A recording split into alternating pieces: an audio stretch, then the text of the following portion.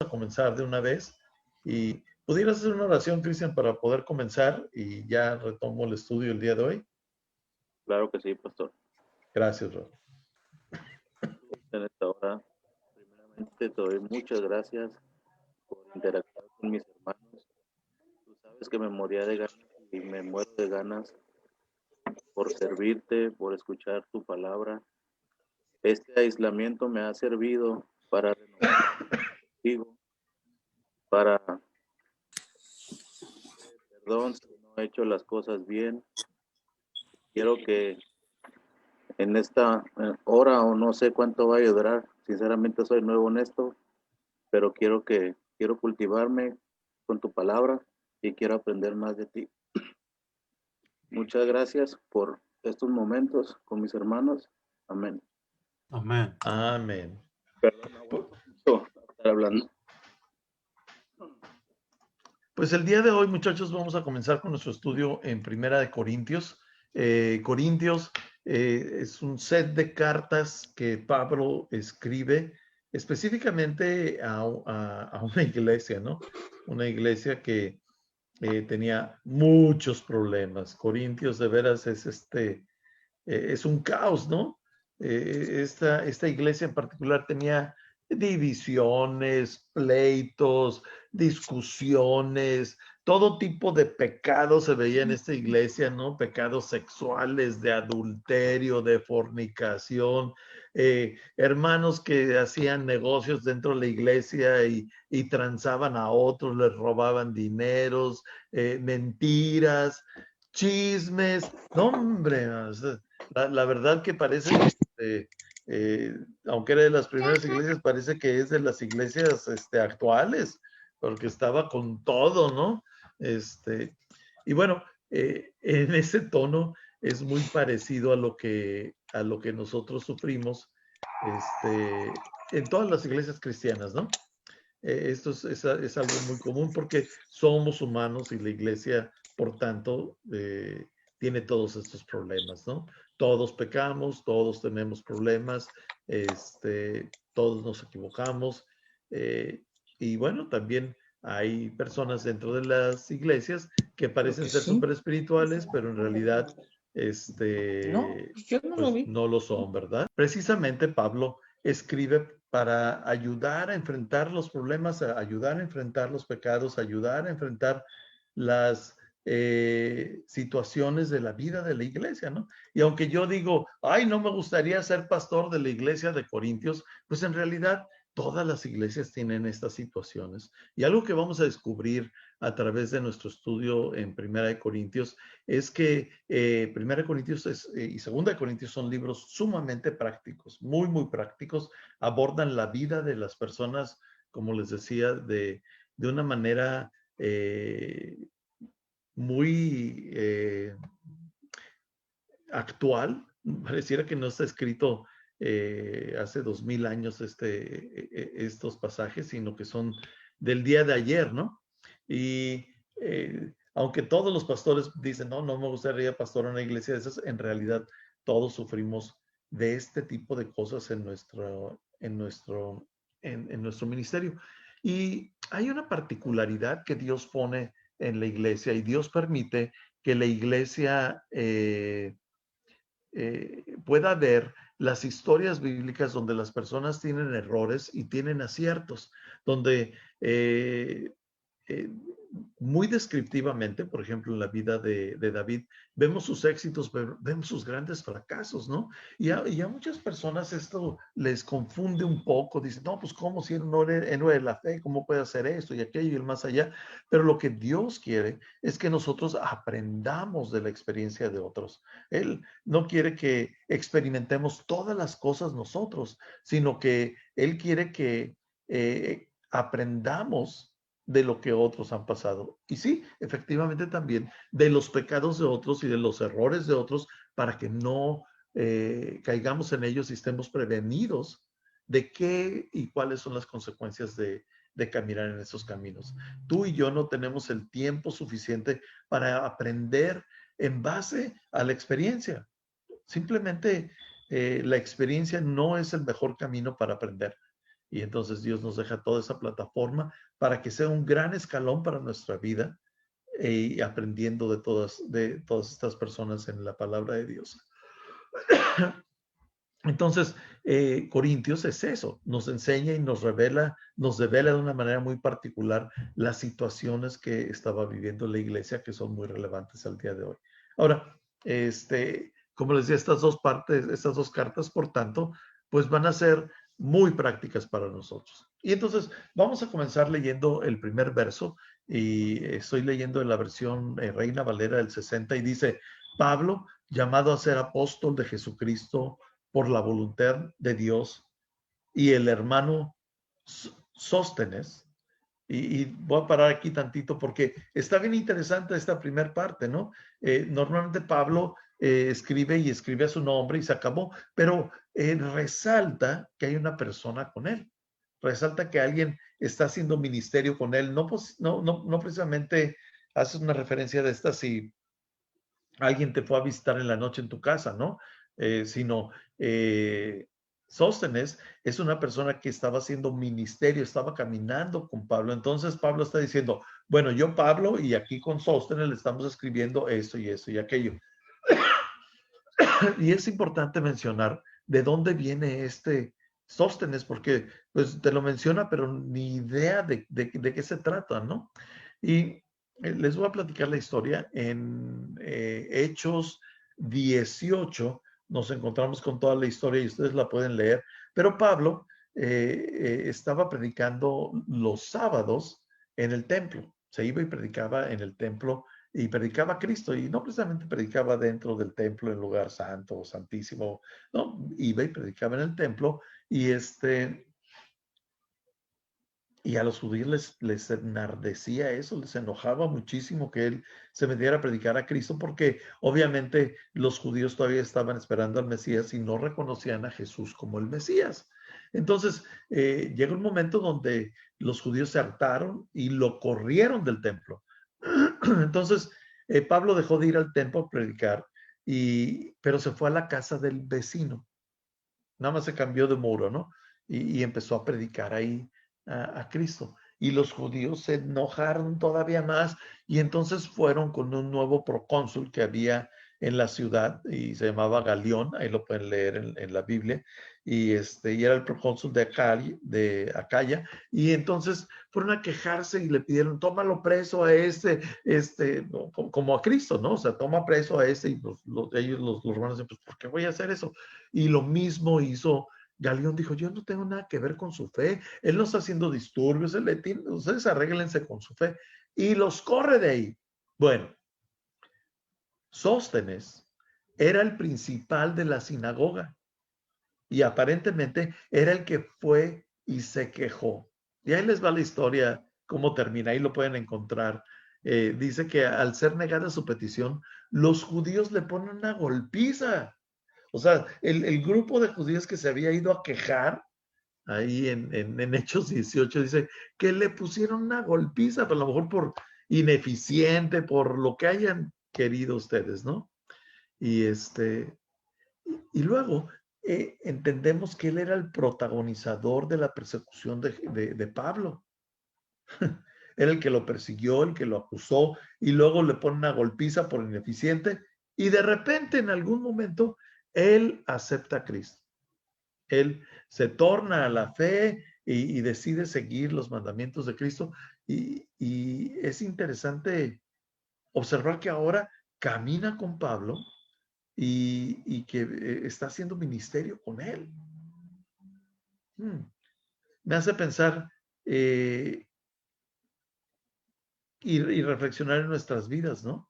Porque muchas veces nuestros mayores opositores, hasta gente que nos ha perseguido, gente que nos ha acusado, gente que que le ofende el hecho de que estemos haciendo ministerio, como estos sujetos que hace un momento se metieron aquí al Zoom, que les arde que estemos predicando a Cristo. Muchas veces estas personas son las personas que están siendo llenos de convicción y están siendo empujados, y Dios les está mostrando que su vida no es la manera en que deberían de vivir y no hay un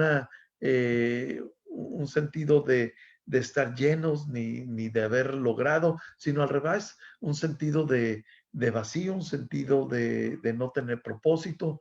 Y estas mismas personas que muchas veces te traen de bajada, puede ser un familiar, pueden ser compañeros del trabajo, muchas veces ellos ante tu vida se sienten hasta amenazados o se sienten hasta acusados. Y, y así como Sóstenes, muy posiblemente sean las próximas personas que van a estar a tu lado y van a estar compartiendo de Cristo contigo. No estoy diciendo que este es el patrón, simplemente estoy diciendo que lo he visto muchas veces y que cuando Dios está tocando el corazón de las personas se empiezan a incomodar porque no quieren rendirse, porque no quieren rendir todo al Señor. Y este aparentemente fue el caso de Sóstenes. Y todavía encima de eso, sus amigos los empiezan a perseguir. Y a veces, eso es lo que está sucediendo en las personas en el proceso mediante el cual ellos van caminando para conocer de Cristo. Entonces me llama mucho la atención que Pablo lo mencione, y yo creo que lo menciona por lo trascendental que era que este hombre, siendo el principal de la sinagoga y siendo también el protagonizador de acusarlo y de empujarlo y de tratarlo de enjuiciar, pues ahora es una persona que está haciendo ministerio, caminando con él, yendo a evangelizar, a hacer la obra del ministerio, ¿no? La segunda cosa que tengo que decir de este verso, que también se me hace muy importante y se me hace un momento para aclararlo, es que Pablo dice, Pablo llamado a ser apóstol por la voluntad de Dios. Y aunque en otras ocasiones me he tomado el tiempo de mencionar esto, creo que es muy importante mencionar, porque en la actualidad, en la vida de la iglesia, se está usando mucho este título de apóstol. Y yo quisiera clarificar para todas las personas que han oído esto y que el apóstol y ¿qué es esto, no? Porque la Biblia tiene una definición muy exacta de lo que es un apóstol. Y posiblemente hay en tu mente una confusión de qué es esto. Eh, y posiblemente algunas personas hayan mal usado el título, pero déjame explicarte, ¿no? En el Nuevo Testamento, Jesús directamente asigna a 12 apóstoles. Él los asigna como apóstoles. Y estos 12 apóstoles caminan con él, aprenden de él, son sus discípulos y son los que él envía. La palabra apóstol quiere decir enviado, enviado. Y si ustedes recuerdan en la Gran Comisión, cuando Cristo está ascendiendo, les dice, cuando se va al cielo, les dice que ahora él los envía a predicar por todo el mundo. Esto es apóstol. Muchas personas dicen que ya no existe el ministerio del apóstol, que los apóstoles eran únicamente los 12 apóstoles y ya no había más. Bueno, esto no puede ser así, porque evidentemente Jesucristo escoge a Pablo para ser apóstol y no era de los 12. Pablo no caminó con Jesús, Pablo no conoció cara a cara a Cristo, no vio la cruz, no, nada de eso. ¿Verdad? Solamente los 12 apóstoles, y uno de ellos salió chafa, se suicidó, y luego los apóstoles se reunieron para escoger a uno adicional y lo hicieron apóstol, ellos. Entonces, cuando las personas dicen que el ministerio del apóstol no existe, bueno, la Biblia nos marca diferente, ¿no? Porque dice la Biblia que Jesucristo mismo constituyó a algunos apóstoles, a otros profetas, a otros maestros, a otros pastores y a otros evangelistas, con el fin de preparar a la iglesia para la obra del ministerio. Bueno, entonces, eh, la, decir que el ministerio del apóstol no existe, pues tendríamos que decir que también el ministerio del pastor o del maestro ya no existe.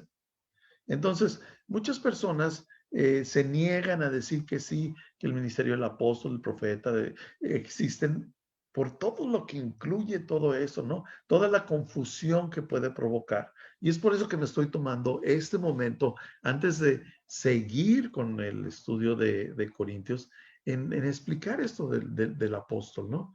Yo decía que la definición del apóstol, la traducción literal de la palabra, es enviado. Pero entonces, ¿enviado a qué? Tenemos que saber a qué es enviado. Y les doy las citas, ustedes las pueden escribir ahí y consultarlas. Segunda de Timoteo 1:1, en la versión TLA, dice, Pablo, hablando, fui enviado para contarles a otros acerca de la vida que Él ha prometido mediante la fe en Cristo Jesús. Y Tito 1:1 dice, yo, Pablo, esclavo de Dios y apóstol de Jesucristo, escribo esta carta. Fui enviado para proclamar la fe a los que Dios ha elegido y para enseñarles a conocer la verdad que les muestra cómo vivir una vida dedicada a Dios. Entonces, el apóstol Pablo está diciendo que él ha sido enviado por otras iglesias a predicar a Cristo y ayudar a madurar a esas personas para vivir, dice, una vida dedicada a Dios. Y vemos a través de la Biblia de Pablo que esto significó para él plantar iglesias. Él iba a una ciudad, predicaba a Cristo, les enseñaba cómo vivir, les ayudaba a madurar, construía,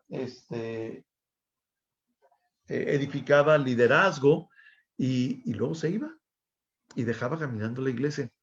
Y luego estaba atendiendo al liderazgo de la iglesia. Entonces, vemos a través de lo que Pablo dice y a través de lo que Pablo hace, ejemplificado qué es un apóstol. Y yo no voy a comparar con nadie que actualmente se diga apóstol, porque este no es estudio para andar criticando a nadie, pero lo que sí puedo decir es lo que la Biblia dice que sí hace un apóstol. Y un apóstol predica a Cristo, edifica a la gente para que camine una vida dedicada a Dios, planta iglesias y cuida de los líderes de esas iglesias. No se queda, ni gobierna, ni mangonea ninguna iglesia. Lo que él hace es que cuida el liderazgo, cuida la iglesia y luego se va a evangelizar. Quizá la palabra moderna para el apóstol sea los que le llamamos ahora plantador de iglesia. Un plantador de iglesia es un apóstol. O en algunas denominaciones también se usa la palabra misionero, porque los misioneros no son el típico que viene de Estados Unidos y viene a construir casas, ¿no? O sea, esos son obras misioneras. Pero el misionero realmente es el que se mete a predicar la palabra y a levantar una obra. En todas las denominaciones cristianas, los misioneros que son enviados son para establecer obras, misiones. Y esto es lo que la Biblia nos dice que Pablo hacía, ¿no? Ahora, hay varias cosas importantes que quiero decir sobre el plantador de iglesias. Y la primera, a la que quiero hacer referencia, es a lo que Pablo mismo dice en 1 Corintios 3:6. Y Pablo dice que unos plantan, refiriéndose a él, y luego otros riegan, que este sería el maestro, y otros traen el crecimiento. O sea, Pablo no se está adueñando de nada. Él dice, todos tenemos nuestro trabajo. Mi trabajo es cuando yo voy a plantar. Y muchas veces también riega, ¿no? Ahora, hay varias características del apóstol. Como yo les decía, muchas personas decían que ya el apostolado no es porque Jesucristo solamente asignó a 12. Sin embargo, vemos que Pablo fue uno de ellos. Vemos que Bernabé fue otro de ellos. Vemos a varios apóstoles mencionados en la Biblia, ¿no? Ahora, el criterio que hay para un apóstol, el primero, lo que dice Pablo, que dice que debe ser llamado por Dios. O sea, no los hombres. En otras palabras, no son los seres humanos que dicen, oh, tú eres un apóstol. No, no, no, no. Este ministerio es asignado por Dios y confirmado por los hombres. Y esto lo pueden leer en Hechos 1:1 y 2, en Gálatas 1:1, en Romanos 1:1, en Titos 1:1, en Primera de Timoteo 1:1 y 2, y creo que mencioné también Segunda de Timoteo 1:1. Ahí pueden ver que tiene que ser un llamado de Dios, y Pablo lo está diciendo: yo fui llamado por Dios. La segunda cosa es que les decía que debe de ser confirmado por, eh, por otras personas en la fe. Esto lo puedes encontrar en Hechos 9:15 y 27, y en 1 Corintios 1:1 y Colosenses 1:1. Perdónenme que no los leas, pero pues es que ni siquiera nos va a dar tiempo de pasar del versículo 1 si les leo todos los pasajes. Ahí se los dejo de tareas, ¿no? La otra cosa que muchos creen es que tiene que ser del sexo masculino. Yo no lo creo así, porque Jesucristo vino a establecer que las mujeres son igualitas que los hombres. Entonces muchas personas dicen: no, es que no puede haber mujeres que sean apóstoles, o no puede haber mujeres que sean pastoras. No lo creo así, ¿verdad? Yo creo que cualquier persona puede serlo, siempre y cuando cumpla con los requisitos que la Biblia marca. Y creo que no les dije dónde son esos requisitos. Déjenme ver si tengo aquí mis notas.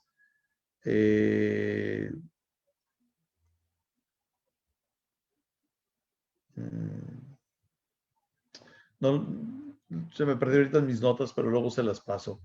Otra de las cosas que sí debe de suceder es que sea evidente cómo Dios se mueve a través de sus vidas. Y les doy varias citas aquí, ¿no? Hechos 2:43, 5:12, 2 Corintios 12:12, Romanos 15, 18 al 19, y 1 Tesalonicenses 1:5. Que es evidente cómo Dios se mueve a través de sus vidas. La quinta cosa es que deben de ser personas que conocen la palabra de Dios.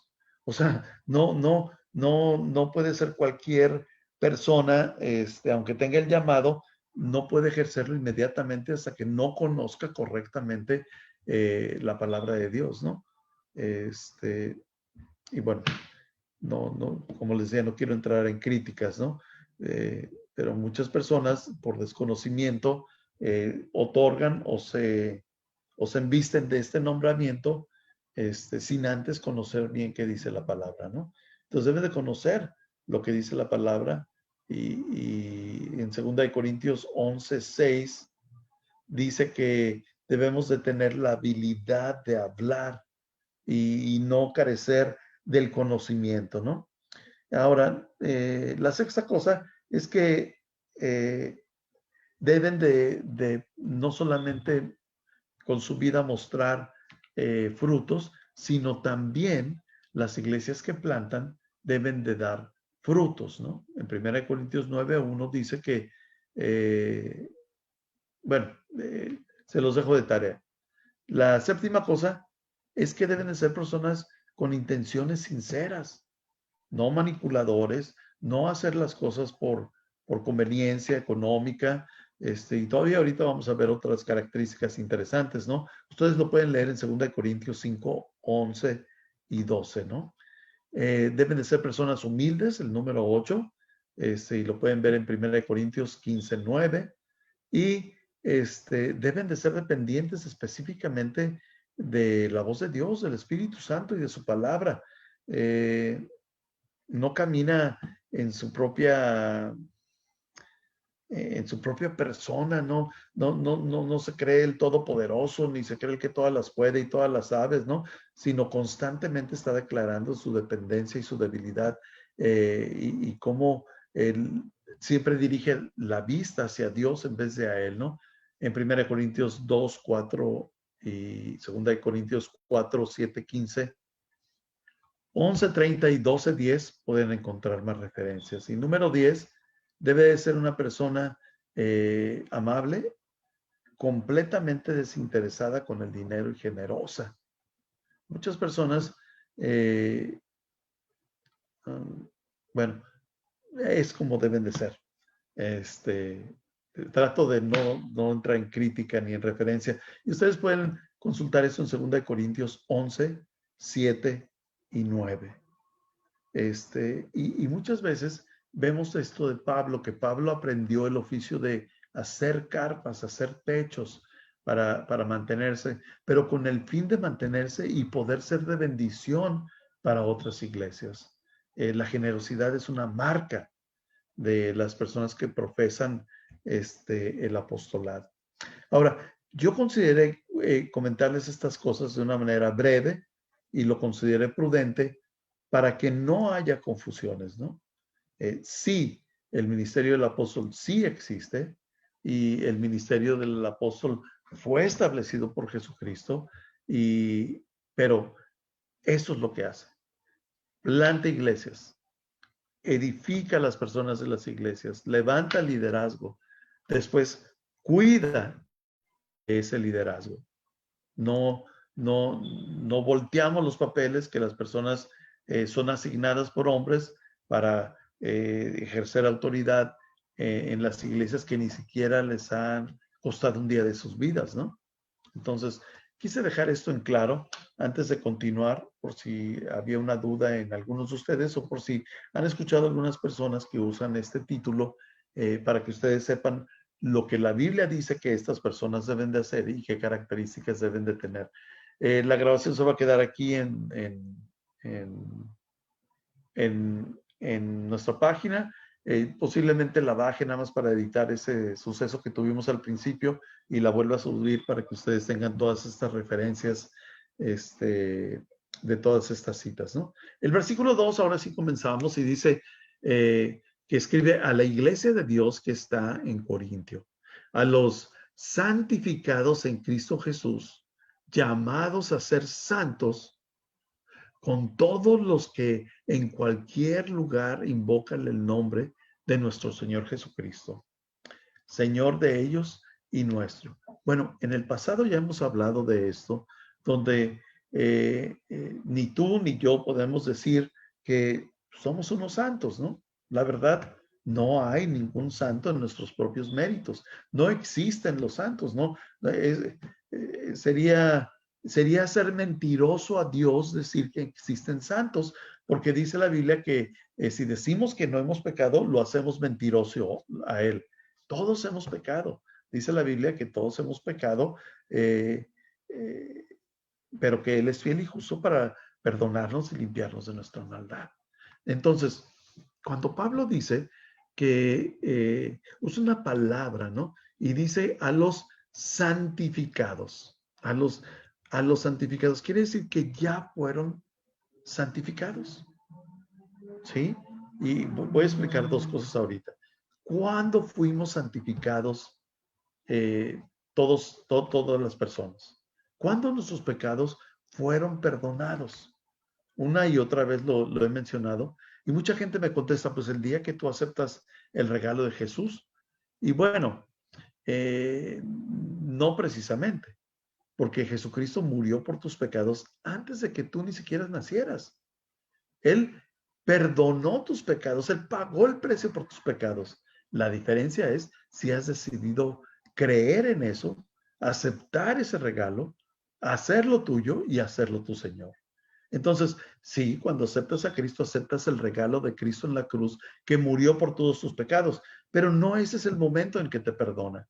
Él te perdonó el día que murió por tus pecados en la cruz, pero debes de aceptar su perdón, debes de aceptar su salvación, debes de aceptar que Jesucristo mismo es Dios. Y no solamente se vale decir, ay, pues sí, ven y sé residente en mi corazón. No, no, no, no. Tiene que ser el presidente también en tu corazón, no puede ser nada más el residente.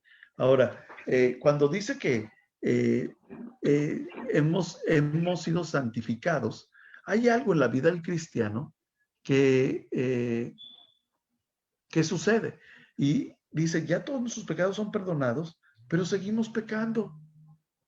Todos los días tú y yo seguimos pecando. Pero los pecados que cometemos día a día, también Cristo ya los pagó en la cruz. Sin embargo, cada día, a través de el conocimiento de su palabra y a través de obedecerlo, vamos en un proceso de santificación, que básicamente quiere decir parecernos más a Cristo y dejar de ser menos como somos bien pecadores, ¿no? Entonces, no los quiero confundir, solamente quiero clarificar que estamos en un proceso de cambio de vida, pero eso no quiere decir que delante de Dios no somos santos. Y esta es mi explicación. Cuando Dios te ve, no ve a Gerardo en su vileza, en todos los pecados que comete día a día. Cuando Dios me ve a mí, me ve a través de Jesucristo. Dice la palabra que abogado tenemos en Cristo Jesús, que nos acercamos en el nombre de Jesús a Dios.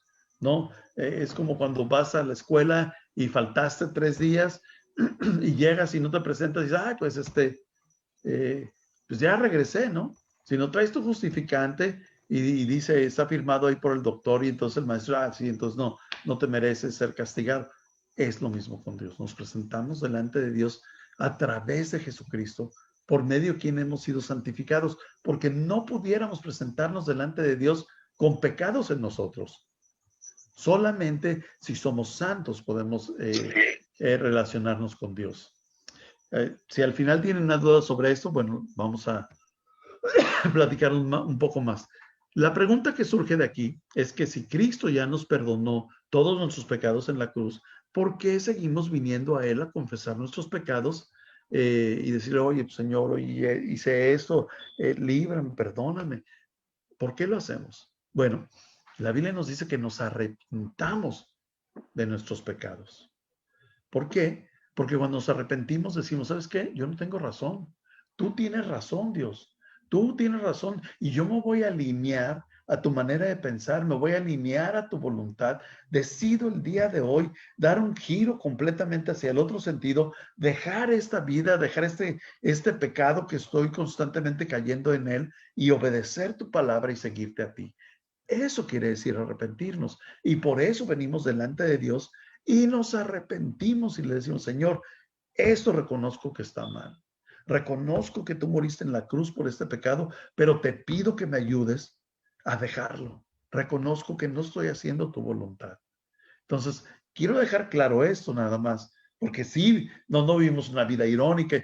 Cristo ya murió por mí en la cruz, ahora hago lo que se me pegue la gana. No, Pablo mismo escribe que la salvación es algo que debemos de cuidar y guardar, pues porque no vamos a hacer tonto a Dios, ¿no? O sea, ya acepté a Cristo y ahora sí a darle a la vida loca, no.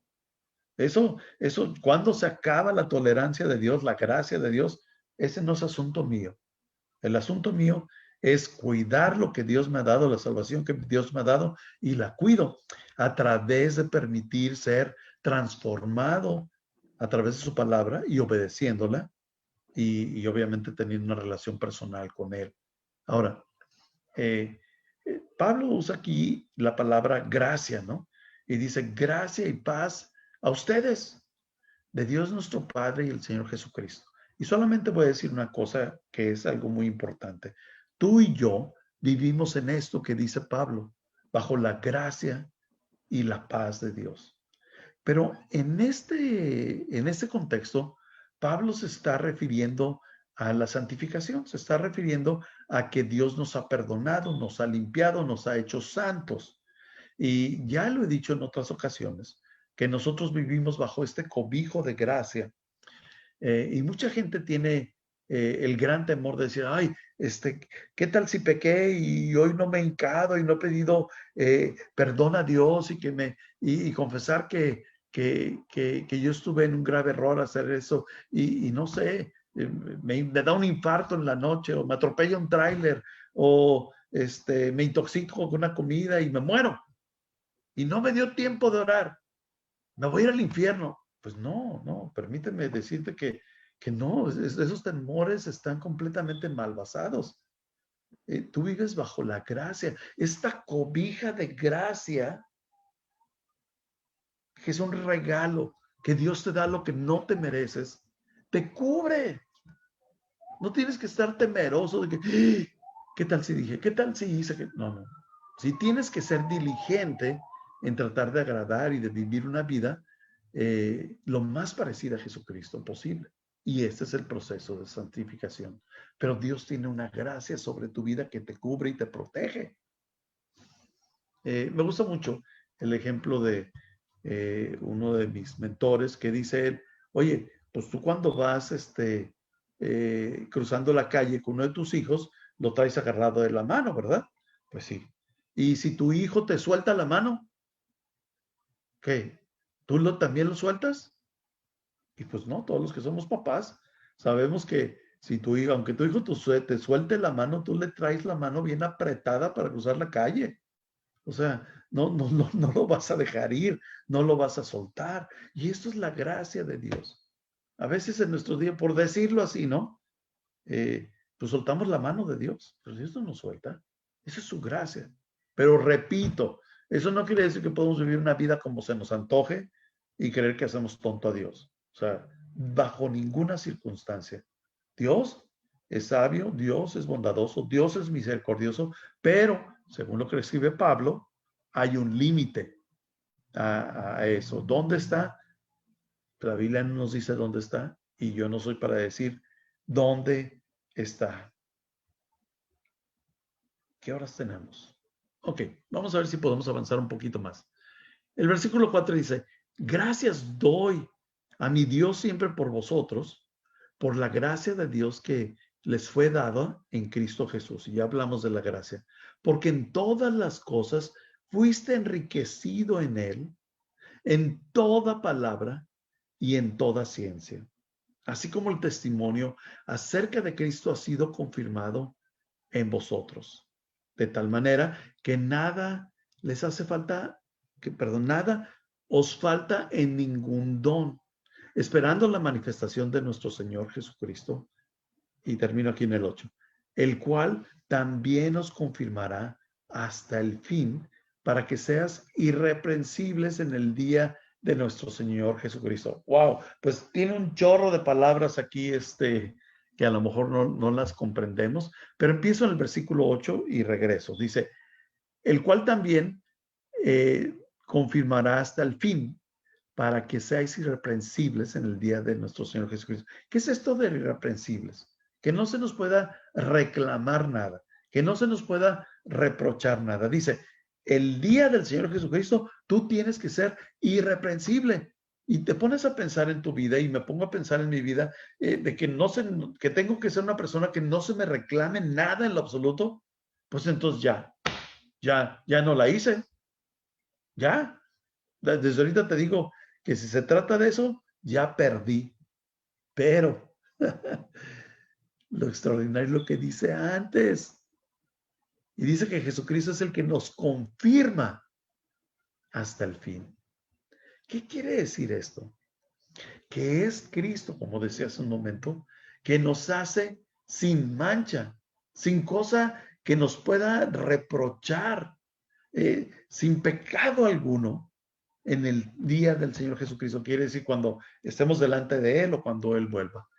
Es Jesucristo mismo el que nos ha hecho sin mancha, sin pecado, sin que pueda haber un solo reclamo de parte, obviamente, de nuestro enemigo que nos quiere acusar, donde Dios dice, ¿sabes qué? Yo no veo eso. Yo veo a Cristo que pagó por ellos en la cruz. Y eso se me hace sumamente importante que lo comprendamos. Y dice que hemos sido enriquecidos en Él.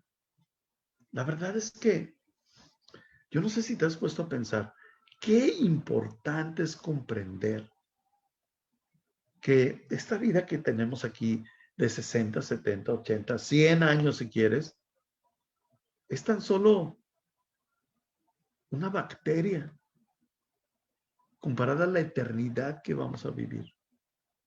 Tú eres un ser eterno. Estás destinado a tener eternidad. La diferencia es que algunos hemos aceptado el regalo de tener eternidad juntamente con Cristo delante de Dios. Y otros han decidido negarse a tener eternidad con Dios. Y bueno, pues el no tener eternidad de Dios y no estar con Dios ni con Jesucristo implica pues estar en otro lugar. Y la Biblia lo llama infierno. Y el infierno no está preparado para ti ni para mí, ni para ningún ser humano. La Biblia dice que el infierno está preparado para Satanás y todos sus ángeles que lo siguieron. Pero aquellas personas que no deciden tener eternidad con Cristo, básicamente están decidiendo pues tener eternidad en el infierno. Bueno, no voy a entrar en el tema del infierno hoy porque es un tema gigantesco y porque básicamente son las 8 y yo quiero abrir aquí a las personas que tengo todavía en Zoom y asomarme aquí a Facebook si hay algunas preguntas que, bueno, lo que acabamos de hablar es algo teológico por completo, yo lo sé, pero era importante eh, eh, tocar esos puntos. Me pregunta que si hay bosquejo como el de los domingos.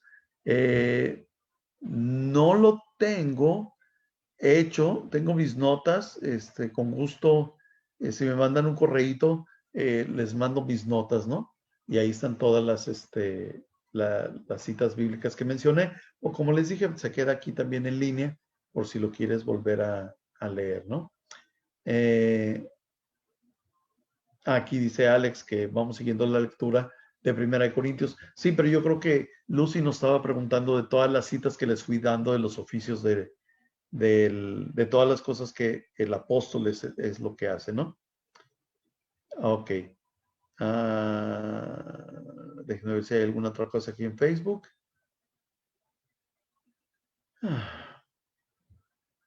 Pues no. Terminamos acá en Facebook. Si hay una pregunta, muchachos, pónganla, escríbanla en Facebook y me voy con los que tengo aquí en vivo por Zoom. Pues ahora sí, muchachos, ¿qué me pueden decir ustedes? Yo tengo una hora hablando de 8 versos. Así, bueno, 45 minutos hablando de 8 versos. Se va a poner mejor, se los prometo, nada más que pues teníamos que tomar estas cosas que Pablo le dice a la iglesia. Y, es algo que olvidé. Les dice que, o sea, sabiendo la condición de la iglesia de Corinto, ¿no? Que estaba toda tronada, ¿les saben qué? Ustedes ya han sido justificados.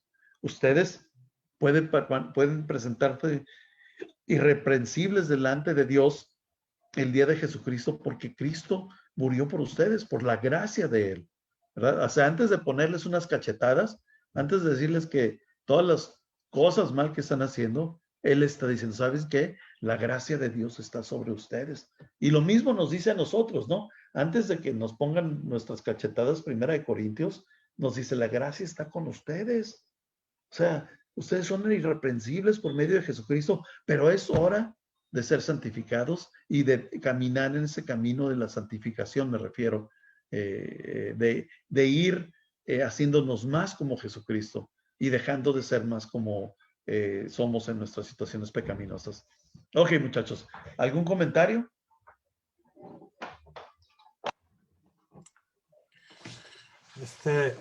Yo diste una pequeña introducción que el pueblo de Corintio estaban así como desatados, ¿no?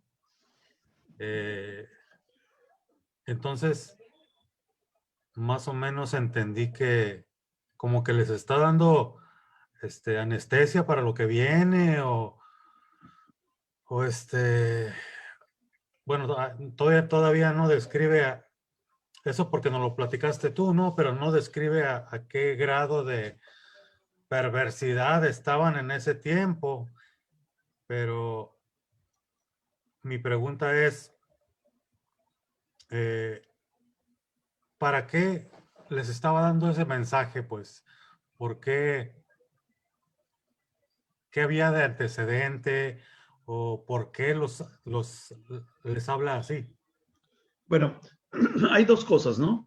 La iglesia le había escrito a Pablo con una serie de preguntas, doctrinales, por ejemplo, sobre la Santa Cena, ¿no? Y quiénes la podían tomar, quiénes no, y por qué. Una bola de dudas doctrinales vamos a encontrar que tiene Corintios, pero también Pablo está escribiendo a la iglesia porque se traían un desorden, ¿no? Se traían un desorden sexual, se traían un desorden moral, como les decía, ¿no? Había muchas situaciones pecaminosas y entonces Pablo decide escribir a Corinto para resolver sus dudas teológicas, pero para ejercer su ministerio como apóstol, que el ministerio del apóstol propiamente es ese, cuidar de la iglesia y guiar a la iglesia. Entonces Pablo, como el apóstol de esta iglesia, le está diciendo que estas cosas hay que corregirlas. Y no todas las aborda juzgándolas o acusándolas, ¿no? Sino dice sobre, por ejemplo, cuando hablemos del amor, dice, el amor verdadero es esto. No dice, las porquerías que están haciendo no es amor, sino está diciendo, el amor verdadero es eso. Y lo hace de una manera fabulosa, Pablo, ¿no? Me gusta mucho cómo Pablo, cuando tiene que ser muy firme, es muy firme, y cuando es sumamente inteligente en hablarle a la iglesia y ayudarle a corregir sus caminos de una manera muy dócil, ¿no? En el caso de Corintios, sí nos pone una golpiza, pero es sumamente dócil. La verdad, se me hace muy considerada su manera de ser, empezando por la introducción, ¿no? Que nos dice, ustedes ya han sido santificados y ustedes se van a presentar delante de Dios irreprensibles por medio de la gracia de Jesucristo. Eso es fabuloso, ¿no? Pero es de donde tomamos, de que le escriben a Pablo para preguntar, y Pablo dice, ay, de aquí me agarro, man. Oye, Gerardo, o sea que Corintio es una iglesia, bueno, es una ciudad o un pueblo donde Pablo ya plantó una iglesia, siguió su camino y sigue en comunicación con ellos como ahora sí que cuidándolos, ¿no? Pero está en la cárcel en este momento, ¿no? Que les escribe, ¿o no? No, Pablo no está en la cárcel en este momento. Las otras epístolas son las que sí son las de prisión, las que acabamos de hacer. Efesios y Filipenses. Y tendría que asomarme cuáles otras más también están en la cárcel, pero esta vez creo que no está en la cárcel, ya hasta me hiciste dudar, pero la semana que entra les digo, ¿no? Pero no podía ir lo que sí sabemos es que no podía ir a Corinto a arreglar los asuntos, ¿no? Entonces por eso les escribe dos cartas. El audio del dispositivo, Minerva ahora está hablando. Mamá. Ahora sí te escuchamos, Minerva. Hace ratito no te escuchábamos. Bueno, ¿alguien más tiene una pregunta, un comentario? Este es el momento, muchachos.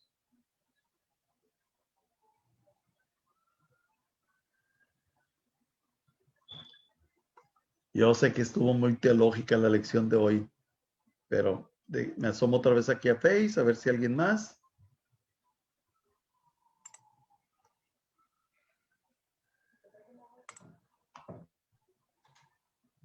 Pues no, acá en Face, nada más Elena nos dice gracias. Bueno, avísenme nada más si van a querer esas notas y se las envío con gusto, ¿no? Bueno, si no tenemos ningún comentario adicional, quiero mandarle un abrazo a Ruth, que ya tenía rato sin verte, Ruth. Qué gusto me da que te hayas unido el día de hoy a comenzar con nuestro estudio semanal, ¿no? Gracias. Y bueno, a varios de ustedes que no los había visto, a Lupita no te había visto, Lupita, porque no habíamos tenido estudio, por lo menos 15 días te dejé de ver, ¿verdad? Estábamos de vacaciones. Y bueno, Minerva, cuando gustes hacer un comentario o lo que sea, siempre lo puedes hacer al final del estudio. Y bueno, les mando un saludo a todos.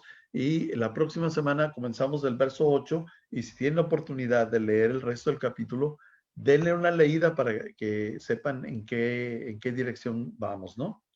Y bueno, ¿pudieras, Ángel, hacer una oración para terminar el día de hoy? Y claro que sí. Señor, te damos gracias por tu palabra, te damos gracias por la vida de mi pastor, que siempre es un alma dispuesta para poder enseñar y guiarnos por medio de tu palabra, Señor. Te quiero dar gracias por cada una de las personas que se conectaron, tanto en Zoom como en Facebook, en especial por esas personas que distorsionaron un poquito aquí la situación. Te quiero pedir por ellos, Padre, que los perdones, que los acerques a ti, Padre, En el nombre de Jesús. Amén. Amén. Pues muchachos, que la pasen muy bien, muy buenas noches, quedo para servirles. Y bueno, nos vemos el domingo en la reunión y si no, pues los veo aquí otra vez el martes. Buenas noches. Buenas noches. Gracias, bye, buenas noches. Muy bien, buenas noches. Bye, bye. Bye, Denise. Buenas noches. Buenas Cristian. noches. Bye.